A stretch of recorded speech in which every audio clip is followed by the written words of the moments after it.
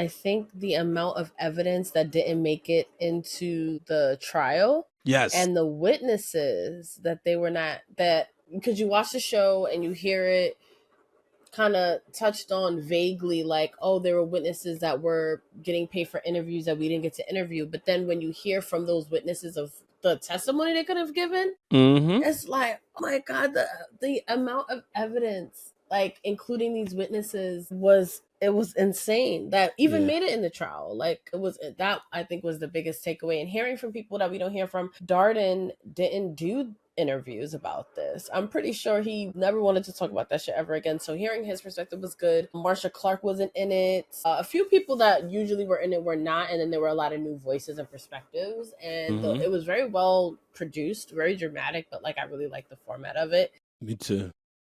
But yeah, that was crazy. The evidence really was like overwhelming, like crazy. I didn't even hear about that much evidence in the books.